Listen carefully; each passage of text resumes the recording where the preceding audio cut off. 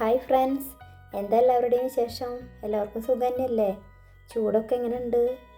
പിന്നെ ഞാൻ ഇന്ന് വന്നേക്കണതേ എല്ലാവർക്കും ശരീരത്തിന് തണവിന് പറ്റിയ ഒരു ഡ്രിങ്ക് പരിചയപ്പെടുത്തി തരാൻ വേണ്ടിയിട്ടാണ്. ചിലർക്ക് സ്ഥിരമായിട്ട് മൂത്രപ്പഴുപ്പും അങ്ങനെയുള്ള യൂറിനറി ഇൻഫെക്ഷനും അങ്ങനെയുള്ള അസുഖങ്ങളായിട്ട് ബുദ്ധിമുട്ടുന്നവരുണ്ട്. അവർക്ക് പ്രത്യേകിച്ചും ഇത് സജസ്റ്റ് ചെയ്യാണ്. ഇത് നമ്മളെ മിക്ക വീടുകളിലും ഉണ്ടാവുന്ന ഒരു സാധനമാണ്. നമ്മളെ കൂവപ്പൊടിയാണിത് കേട്ടോ. ഈ കൂവപ്പൊടി ഒരു 1/2 സ്പൂൺ എടുത്താൽ മതി. ഒരു കപ്പ്, കുറച്ച് വലിയ ഒരു കപ്പ് വെള്ളത്തിൽ ഇത് കലക്കുക. നന്നായി കലക്കണം. തീരെ കട്ടയോ തരിയോ ഒന്നുമില്ലാണ്ട് കലക്കണം.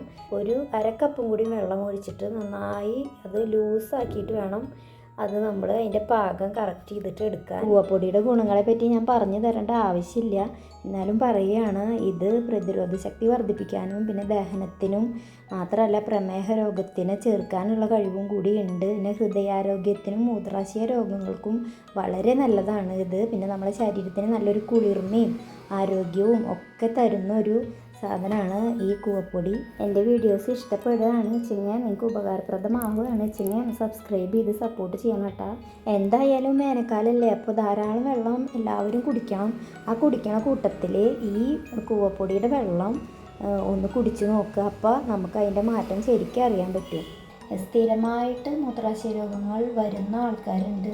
അവർക്ക് എന്തായാലും അസുഖം വരാൻ കാക്കണതിൻ്റെ മുന്നേ നമുക്കിത് തിളപ്പിച്ചിട്ട് കട്ടി കുറച്ചിട്ട് കുടിക്കാം. അങ്ങനെ കുടിച്ച് കഴിഞ്ഞിട്ടുണ്ട് വെച്ചെങ്കിൽ നമുക്ക് അസുഖം വരാതിരിക്കും. അസുഖം വരാതിരിക്കുന്നതല്ലേ എപ്പോഴും വന്നിട്ട് ചികിത്സിക്കുന്നതിനേക്കാളും നല്ലത്. ഇപ്പോൾ നിങ്ങൾക്ക് ഇതിൻ്റെ പാകം ശരിക്കും മനസ്സിലായില്ലേ? ഇത് ശരിക്കും ഇത് വെള്ളം പോലെ നമുക്ക് വലിച്ചു കുടിക്കാൻ പറ്റണ പാകത്തിനായിരിക്കണം നമ്മളിത് കലക്കേണ്ടത്.